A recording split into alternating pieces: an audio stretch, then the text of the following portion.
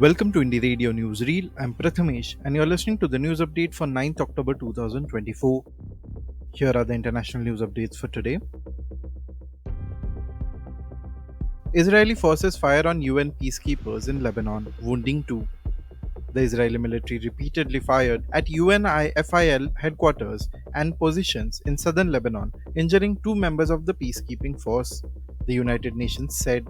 UNIFIL, the UN interim force in Lebanon, said today that two of its peacekeepers were injured after an Israeli tank fired its weapon at a guard tower at the group's headquarters, located in the border area town of Nakora. The attack on the tower had caused the two peacekeepers to fall. Four killed by tornadoes in Florida due to Hurricane Milton. Residents in the US state of Florida are being warned not to visit areas hit by Hurricane Milton after it brought tornadoes, floods, and storm surges to the state. More than 3 million homes and businesses are without power, while Governor Ron DeSantis says more flooding is expected in coming days. 4 people were killed by tornadoes on the state's east coast in St. Lucie County. Milton is moving into the Atlantic, but many parts of the state are flooded, with some people being rescued by boat. The storm came less than 2 weeks after Hurricane Helen hit the region, which has not suffered a direct hurricane strike in more than 100 years. Tennis legend Nadal to retire in November. Rafael Nadal, the 22-time Grand Slam champion, will retire from tennis at the end of the season. The 38-year-old will represent Spain in his final appearance at next month's Davis Cup finals in Malaga. Nadal has barely played over the past 2 seasons because of injuries and suggested last year he could retire at the end of 2024. Nadal retires as the second most successful men's singles player of all time, behind only the longtime rival Novak Djokovic. Now to the national news stories. Ahead of polls, Maharashtra government's big SC-OBC outreach.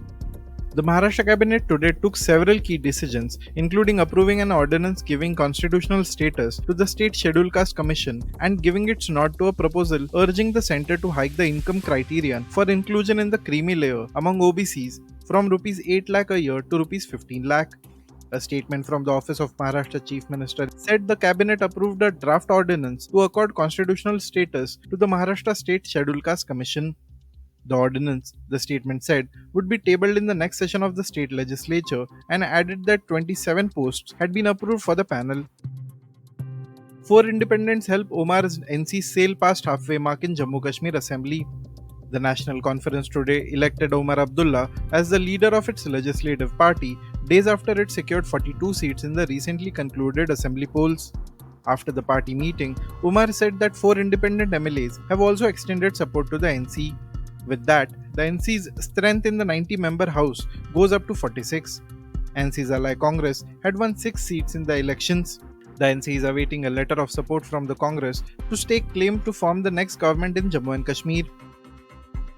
Congress to form technical team to investigate EVM complaints in Haryana.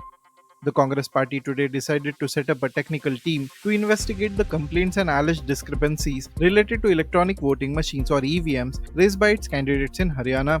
The decision was made after the party convened a meeting in Delhi to discuss the results of the Haryana elections, in which it faced a setback, winning only 37 seats. Earlier, the Congress party on Wednesday called for a thorough investigation into the discrepancies found in several electronic voting machines during the counting of votes for the Haryana Assembly elections.